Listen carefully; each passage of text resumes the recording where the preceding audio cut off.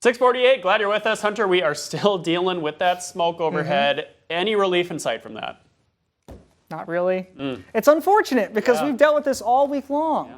And it's just even worse than yesterday for today. Thanks to that light rain that has fallen in southeast Minnesota, we're seeing that unhealthy for all groups category. So everyone, please try to limit your time outdoors today.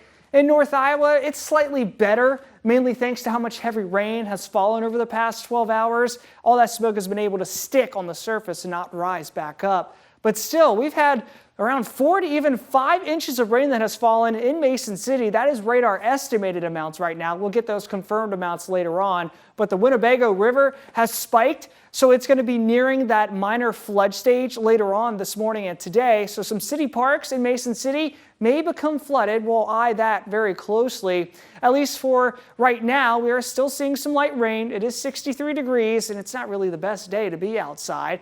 All that rain still mainly south of I-90, but you are starting to see some second rounds, you want to call it, coming in north in towards southeast Minnesota, straddling the Highway 14 corridor. That will continue throughout our morning.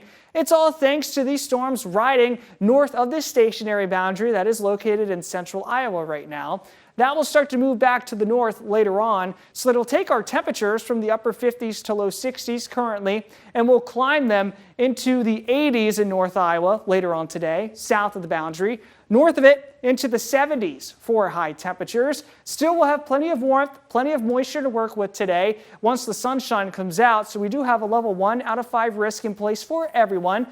Around 4 to 10 p.m. today, that's the main timeline for a few isolated storms to go severe and maybe produce some sizable hail and strong winds. We got to get rid of the clouds and the rain this morning first before we start to see that sunshine, increasing our instability, the warm front surging north, increasing our lift. So that will allow some showers and storms to develop west of I-35 by around 4 p.m., moving in through the evening. So this is obviously the main time for Thursdays on Main, Thursdays downtown. Please pack a rain jacket and have multiple ways of receiving weather alerts. If you see a storm coming, move into a building and let this storm pass, and that will be your best case throughout the rest of our evening before things taper off into tonight.